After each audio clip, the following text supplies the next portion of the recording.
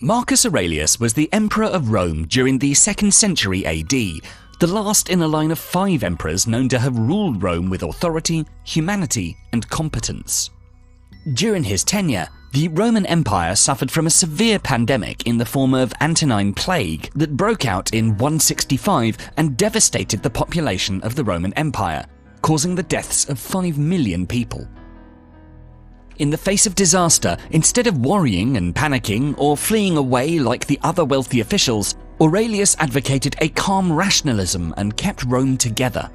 He passed legislation subsidizing the cost of funerals to keep bodies from piling up in the streets. When the army was short on recruits, he conscripted gladiators. When the army could not pay the cost of new soldiers needed to replace the dead, he sold off his imperial possessions to finance the effort. Instead of worrying, he was able to see a problem, solve it, then see another problem and solve that one too without giving way to panic. During his rule, Aurelius found the time to construct a series of autobiographical writings now known as the Meditations. These meditations are regarded as some of the greatest works of philosophy, which is why in this video we'll be using some of his wisdom as motivation to help keep you from worrying and stressing too much about the ongoing pandemic, as well as all the other things that we tend to worry about in our everyday modern lives. Number 1. Everything is just history repeating. Marcus Aurelius says, "No matter what happens, keep this in mind. It's the same old thing from one end of the world to the other. It fills the history books, ancient and modern, and the cities and the houses too. Nothing new at all." Currently, most of us are rightfully worried about the uncertainties surrounding coronavirus as we're in the midst of a worldwide pandemic, with cities and even countries shutting down. Some of us are in areas that have already been affected by coronavirus. Others are bracing for what may come, and all of us are watching the headlines and wondering, what's going to happen next? We don't know how exactly we'll be impacted or how bad things might get, and that makes it all too easy to catastrophize and spiral out into overwhelming worry and panic. In his Meditations, Marcus Aurelius tells us that life is simply history repeating itself. If you're worried about losing your job, losing your money, and your partner leaving you, millions of others have gone through this in the past and are going through the things you're worried about right now as you're watching this video. This means that we experience the same pattern of life over and over again, just with different formats and with different characters. He tells us whatever's happening today has already happened before. If the world is facing a crisis today, the world has also faced similar crises like that in the past, such as the Black Death, SARS, Spanish flu, Ebola, and indeed the Antonine Plague. But according to Aurelius, it's just life manifesting the same patterns. History has taught us that this pattern of life never changes as long as we live. Everything is momentary, and nothing is truly novel.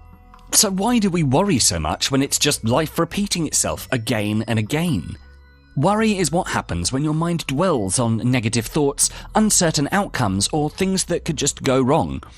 When we think about an uncertain or unpleasant situation, such as being unable to pay the rent or doing badly on an exam, our brains become stimulated. When we worry, it calms our brains down and is also likely to cause us to problem solve or take action. In a way, worrying is a way for your brain to handle problems in order to keep you safe. Hence, worries, doubts and anxieties are a normal part of life, and while it's natural to worry about an unpaid bill, an upcoming job interview or a first date, normal worrying becomes excessive when it's persistent and uncontrollable. We constantly worry every day about these what-ifs and worst-case scenarios. We don't let these anxious thoughts get out of our head and let negative thinking and always expecting the worst to take a heavy toll on our emotional and physical health. We need to understand that whatever it is that we're worrying about, in reality it's happened before. What seems to be uncomfortable and scary now will soon be old and familiar tomorrow. So instead of worrying too much, try to keep your calm, because we humans are adaptable creatures and we have a unique capacity to change along the ever-changing pattern of life. Number 2. Ignore the noise. Marcus Aurelius once said, "It never ceases to amaze me. We all love ourselves more than other people, but care more about their opinion than our own." We live in a very noisy world, and our thoughts are constantly being influenced by the wide variety of noise coming from other people in the form of their judgments and opinions, who make their decisions based on fear and greed. At times, their noise has a huge influence in triggering our fears and making us anxious about ourselves and about the problems we might face in future. In return, we end up paying way too much attention to these people and spend a lot of our time and efforts worrying about what they think about us. Let's look at this example. Take worry over losing your job. Often, because of the world we live in, you'll be more worried about what other people like your friends and family might think of you, rather than concentrating on the ways you could improve your circumstances. This is because of our innate desire to be liked by everyone, so we constantly seek for their approval without realizing how much this people-pleasing attitude sabotages our self-confidence and contributes to our worries. The more we desire the approval of others, the more we become a slave to others. The ancient Stoics were way ahead of time when it came to not being influenced by other people's opinions. They pointed out that we do not control the opinions of others, and that things we do not control are irregular, and the more we keep valuing things that are outside of our control, the less control we'll have. The truth is, no matter how hard we try, we can never please 100% of others. No matter how hard we try, there are always going to be people who will resent you, be jealous of you, judge you, hate you, reject you, and so on. We worry too much about these people and worry about nasty things they'll say to us if we do something that's against their choice. There are many possible reasons why they say what they say and why they think what they think. It could be ignorance, frustration, jealousy, but they might be telling us about something we truly lack. If that's the case, fix it, but being upset by the rest is just a waste of energy. Worrying about what they say or think about you is as foolish as getting upset about the weather.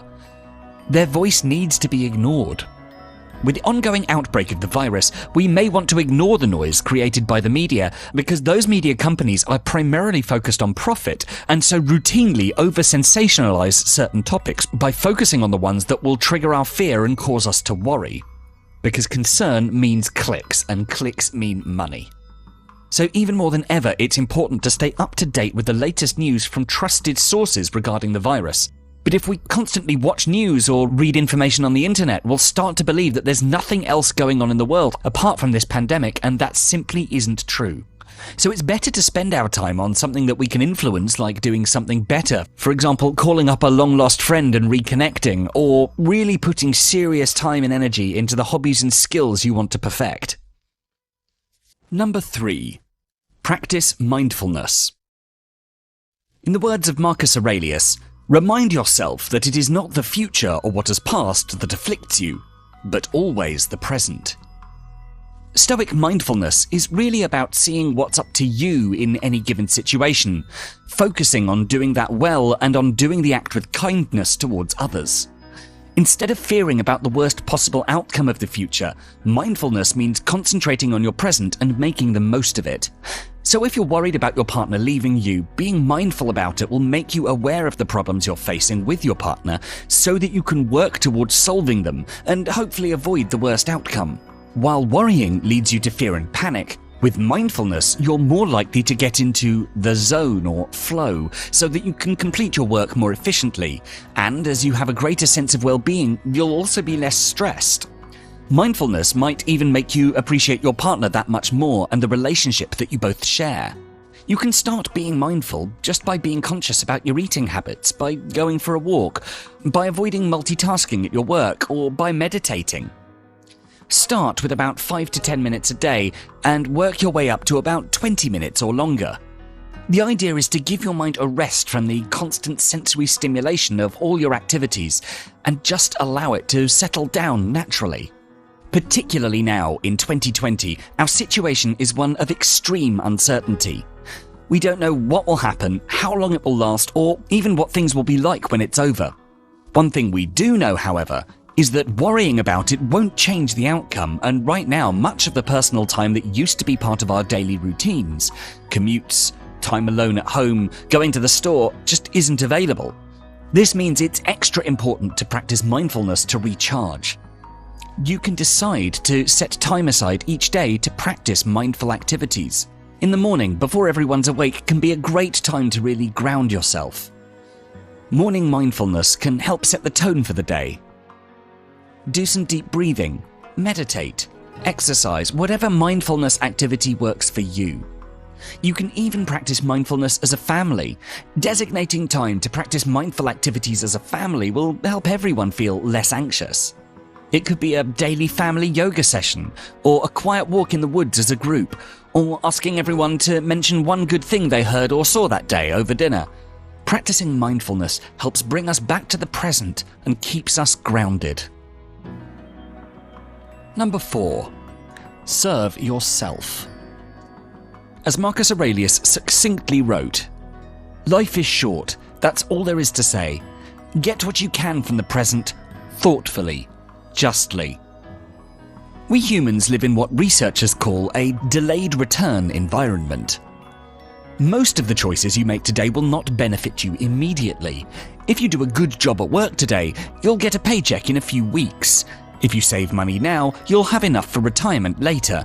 Many aspects of modern society are designed to delay rewards until some point in the future.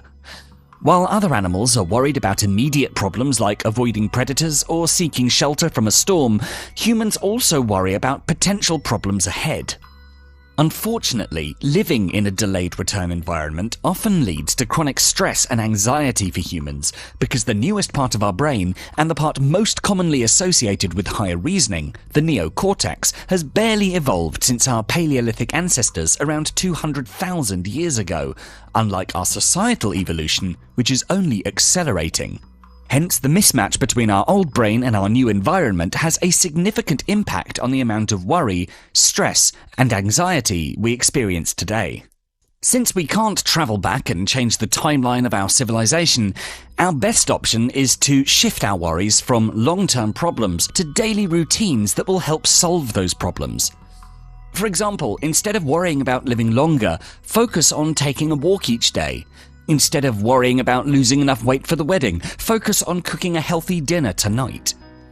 The key insight that makes this strategy work is making sure your daily routine both rewards you regularly and stops you from worrying about future uncertainties.